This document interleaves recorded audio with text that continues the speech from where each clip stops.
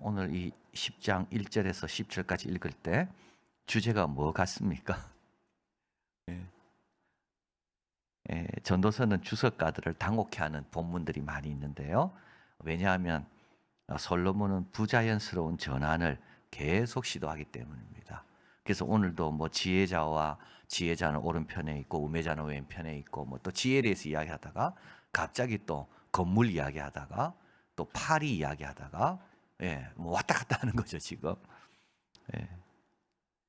그래서 이 짧은 이야기가 있기도 하고 전도서에는 잠언이 있기도 하고 사례가 있기도 하고 비유가 있기도 하고 격언이 있기도 하고 명령이 있기도 하고.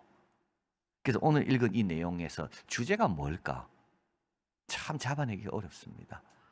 그래서 오도넬은 이렇게 말합니다. 자신을 표현하기 위한 산만한 노력이다. 그게 뭔가를 말하고 싶은데 이거 말하다가 또 딴 게 생각나고 그거 말하다가 또 딴 게 생각나고 막 왔다 갔다 하는 그 내용이 이 전도서의 흐름입니다. 그래서 이제 오늘 솔로몬이 이야기한 것 가운데 우리에게 유익한 것을 이렇게 한번 추려본다면 이제 다음과 같은 내용이 됩니다. 첫 번째는 작은 것의 힘입니다. 그래서 가난한 지혜자죠. 어떤 작고 인구가 많지 않은 아주 작습니다. 근데 큰 임금이 와서 에워싸고 큰 흉벽을 쌓고 치고자 합니다. 그런데 그 성읍, 그 작은 성읍 가운데도 또 가난한 자 가운데 지혜자가 있습니다. 그래서 그 성읍을 건지는 겁니다. 그러나 이 가난한 자를 기억하는 사람이 없습니다. 워낙 작은 자기 때문에. 자, 그래서 작은 것이 결코 작은 게 아니고요. 그 성읍을 건질 수가 있다. 또 죽은 파리가 향기름은 굉장히 비싼 거죠. 우리 향료 옥합을 예수님께 깨뜨릴 때 그 여인이 그걸 300데나리온이라 그러잖아요. 1년치 굉장히 비싼 향입니다. 그런데 이 죽은 파리가 그 향을 다 못쓰게 만들어 버린다. 아무리 외관상 하찮게 보이는 파리라 할지라도 사람의 수고를 숲으로 돌아가게 할 수가 있다. 자, 그 파리 한 마리가 어떻게 보면 우리 코로나가 우한에 있는 시장에서 그 박쥐에 의해서 그래 된 건 아닌가. 작은 거 하나가 온 세계를 지금 다 바꿔놓는. 그리고 또 우연한 사고입니다. 돌을 떠내는 자입니다. 이 사람은 오늘 돌을 떠러 갔습니다. 늘 그렇습니다. 그런데 오늘 이상하게 돌을 떠다가 돌이 잘못 떨어지는 바람에 자기가 상한 겁니다. 나무를 쪼개는 자입니다. 늘 나무 쪼갠 사람이에요, 이 사람은. 그런데 이날따라 나무가 잘못 쪼개져 가지고 자기 얼굴을 다치게 할 수도 있는 겁니다. 그러니까 참 인간은 늘 위험에 노출돼 있고요. 어제와 오늘이 같을 것 같지만 아주 작은 것 같지만 잘못하다가 사고를 당하는 거죠. 그리고 뱀입니다. 담을 허는 자는 뱀에게 물리고 또 방수를 베풀기 전에 뱀에게 물렸으면 술객은 무용합니다. 그래서 여러분 이 술객은 다 거짓말하는 사람들이죠. 그래서 뱀을 지팡이처럼 딱딱하게 만들었다가 또 뱀을 풀면 또 뱀이 되고, 그래서 모세는 우리 진짜 뱀이 지팡이가 되고 지팡이가 뱀이 된 어떤 완전히 이런 본질의 변화, 하나님의 역사는 그런 거라면 인간의 역사는요, 인간을 속이는 마술인 거죠. 그래서 이 사람은 이 기술이 있는 겁니다. 기술이 얼마나 좋은지, 그죠? 이 사람은 뱀을 조종할 수 있는 그런 기술이 있습니다. 그런데도 뱀에게 물리면 그 기술은 아무 소용이 없습니다. 공중의 새입니다. 공중의 새가 그 소리를 전하고 날짐승이 그 일을 전파합니다. 여러분 공중의 새가 별거 아닌 것 같아도 그 새가 우리의 치명적인 것들을 들고 전할 수가 있습니다. 그래서 어떤 분들은 이걸 주워가면서 여러분 트위터 그 트위터가 뭐죠 지금? 새죠, 새. 그래서 트위터를 통해서 한번 리트윗 퍼날르기 시작하면 걷잡을 수가 없는 겁니다. 그래서 어떤 분은 여기 요 새가 바로 이 트위터의 그 새와 같다. 작은 새지만 우리의 치명적인 것들을 이 새가 날아가서 전달할 수가 있다. 자, 그래서 이 작은 것들이 절대 작지 않습니다. 자, 그리고 또 크게 얘기할 것이 있습니다. 종령이 들리는 지혜자의 말입니다. 종령이 들리는 지혜자의 말이 우매자의 어른의 허령보다 나으니라. 여러분 막 떠들고 막 이런 거 여러분 신경 쓰지 마시고요. 이사야 42장 2절 3절. 그는 외치지 아니하고 목소리를 높이지 아니하고 소리로 거리게 들리게 아니하며 상한 갈대를 꺾지 아니하고 꺼져가는 등불을 끄지 아니하고 진리로 공의를 베풀 것이며. 자, 그래서 우리는 늘 조용히 주님 앞에 나와 주의 음성을 들어야 됩니다. 세상이 막 떠들어대는 어떤 그런 소리에 우리가 흔들리면 되지 않고요. 우리는 조용히 주님 앞에 나와 주여 종이 듣겠나이다 말씀하옵소서. 그래서 종용이 들리는 지혜자의 말이 우매자의 어른의 호령보다 낫습니다. 교회에서 선포되는 말씀이요, 세상에서 막 언론에서 떠들어대는 것보다 훨씬 낫다. 그래서 이걸 소중히 여겨라. 두 번째는 작은 죄가 지혜가 병기보다 나으니라. 그러나 한 죄인이 많은 선을 폐케하느니라. 여러분 작은 죄라도 쉽게 생각하면 안 된다는 말이고요. 적은 우매가 지혜와 종기로 패하게 하고요. 상식들입니다. 상식들도 작은 것 같지만 절대 작지 않습니다. 무딘 철 연장 날 갈지 아니하면 힘이 더 들어. 이거 상식이죠. 그래서 어떻게 되면 일 안 할 때 어떻게 됩니까? 나를 갈아놔야 됩니다. 철 연장을 쓰지 않는 시간은 뭐 하는 시간입니까? 나를 점검하는 시간입니다. 그런데 그 시간을 내가 놀고 있잖아요. 그럼 어떻게 됩니까? 나를 쓸 때는요, 힘이 더 듭니다. 아주 상식입니다. 쉴 때는요, 비추고 하는 시간이죠. 그래서요, 이제 내가 나갈 때 딱 비축을 잘했다가 딱 나아가서 딱 일을 할 수 있도록, 이게 상식입니다. 근데 상식적으로 잘 못 살아요, 우리가. 그래서 항상 어떻게 됩니까? 쓰려고 하면 이미 나를 무뎌져 있는 겁니다. 준비된 게 없으니까.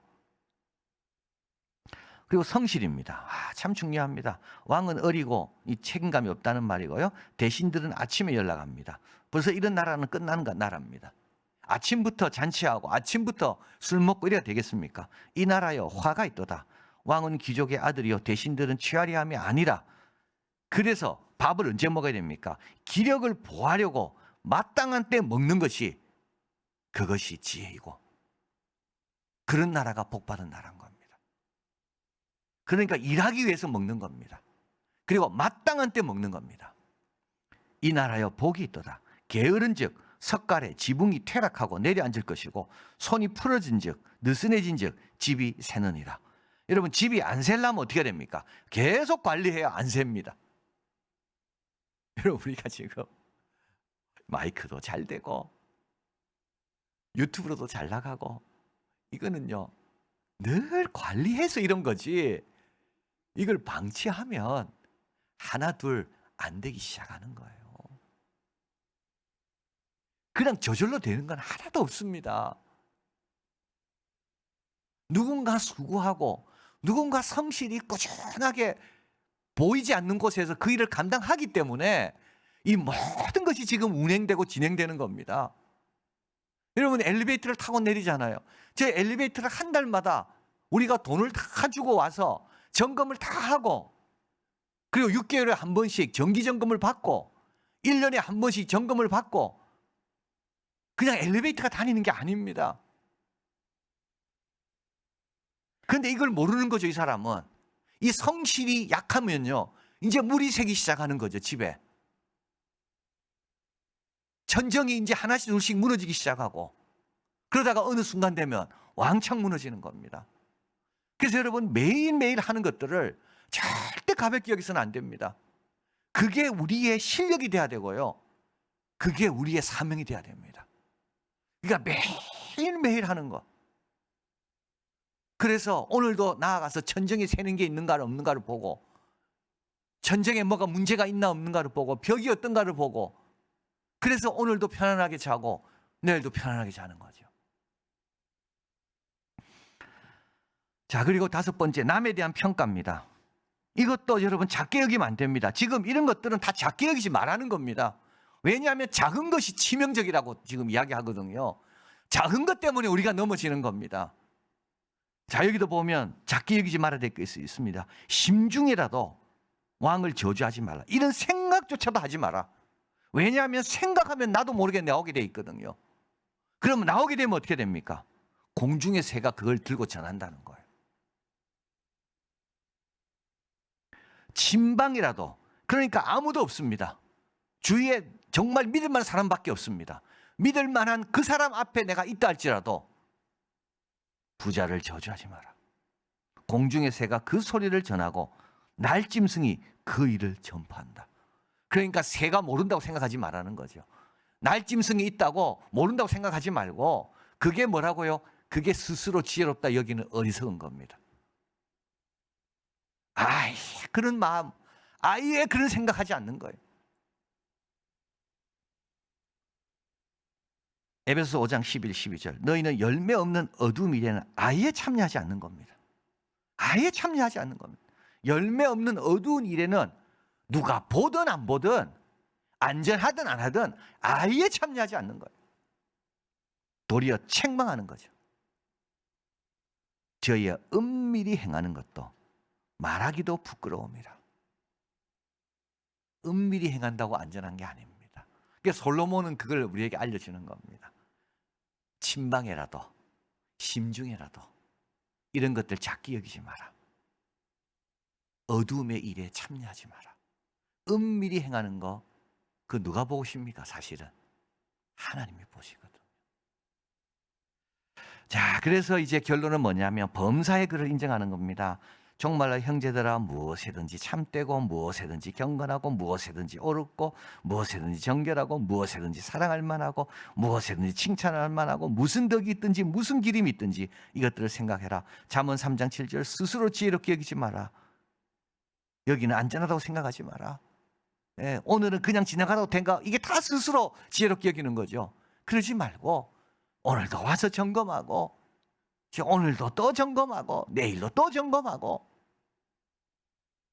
여호와를 경외하고 악에서 떠나라. 고로새서 3장 22, 23절. 무슨 일을 하든지 마음을 다하여 주께 하듯 하고 사람에게 하듯 하지 말라.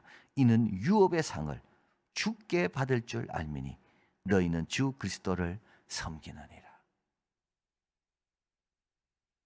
담을 헐 때도요, 주께 하듯, 일을 할 때도 주께 하듯, 말을 할 때도 주께 하듯.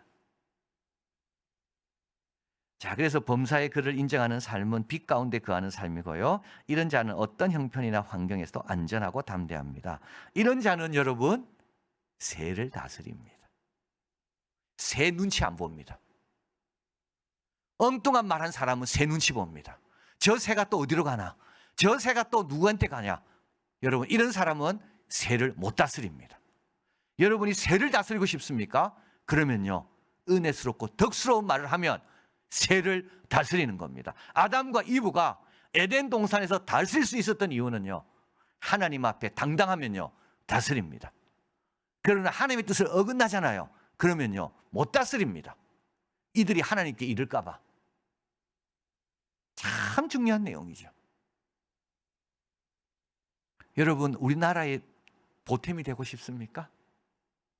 그럼 어떻게 되면 되죠? 내가 가난하더라도 지혜로운 자면 되면 되는 거죠. 이 나라를 위해 기도하고 이 백성들을 위해 기도하고. 여러분, 이래도 효과가 있고 싶습니까?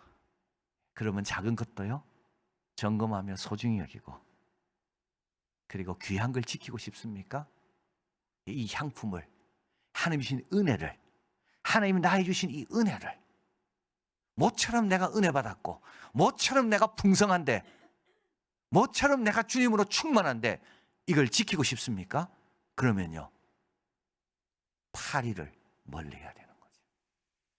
작은 죄도 쫓아내야 되는 겁니다. 그래야만 지키는 겁니다.